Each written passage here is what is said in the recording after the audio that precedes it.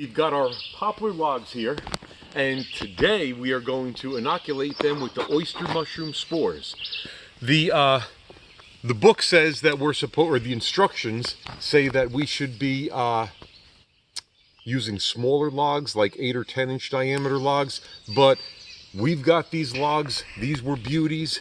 We had to cut the tree down anyway because it had a big old rotten spot in it and it was leaning towards the house. So we cut the tree down.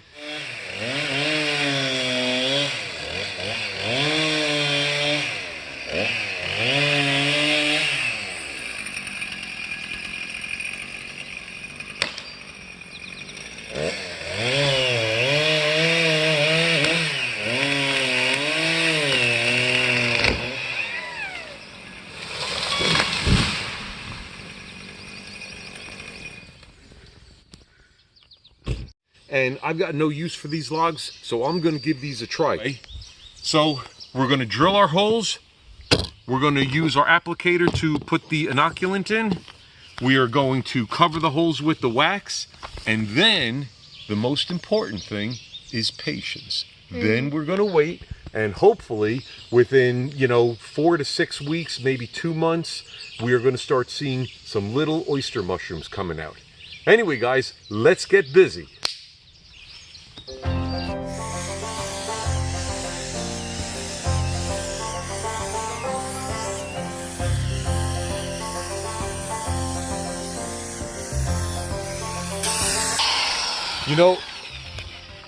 I was thinking, and even if you don't have access to logs, this is something that anybody can do.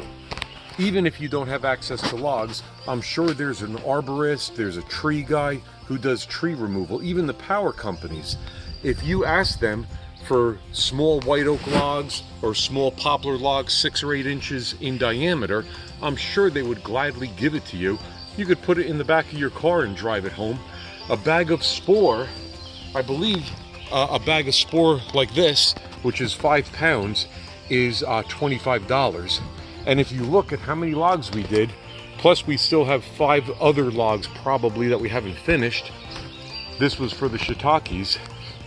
For $25, we are hopefully going to be able to have a supply of mushrooms for the next 5-6 years. It's a one-time job. In 5 years it pays you back, and it's something that everybody can do.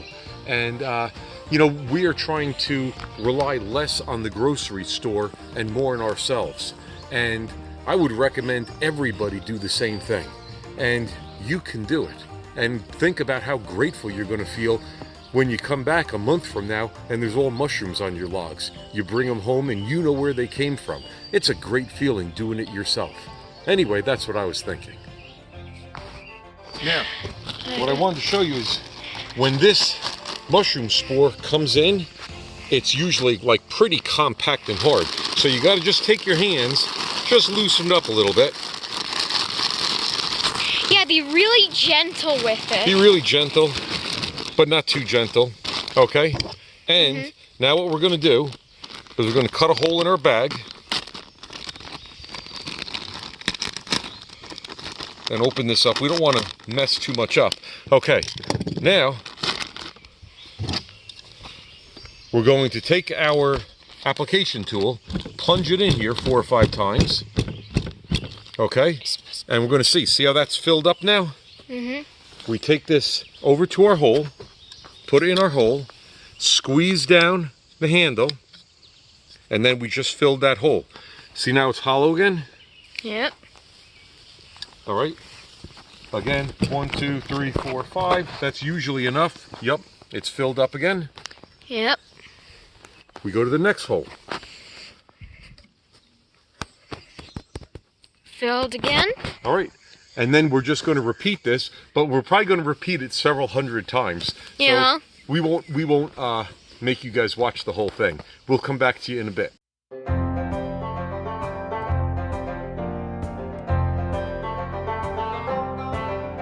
All right, we drilled our holes. We got the mushroom spore in, and now we are going to wax them. And I want to show you just how easy it is. You know, that's just beeswax. You dip it in. Dip in your wand, right? And just dab the hole.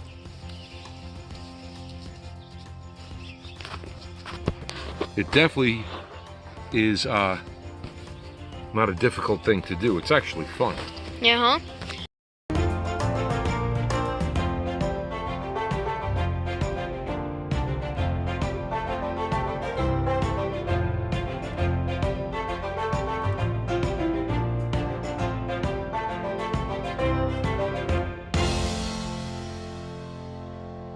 All right, hey guys, it's about 5:30. We started working here at about 11:30. We did take a break for about a half hour. We went inside, had something to eat. It was just me and Eli. Eli's 10 years old, but Eli can still run a drill. He helped me drill quite a few of the logs. He helped me inoculate the logs, put the mushroom spore in, and he helped me with dabbing them with the wax. So he was actually a great asset. But a couple lessons that I would like to share with you is I got 5-pound bags. A 5-pound bag seems like it's way too much. Way too much for one family. I probably have 200 or 300 holes drilled, and I'm not even halfway through the bag. The bag really goes a long way. And unless you want to maybe make a business out of it, half of that would be more, half of the 2.5 pounds would be probably more than adequate for a family. Another thing is, if you can get help, it really speeds things up.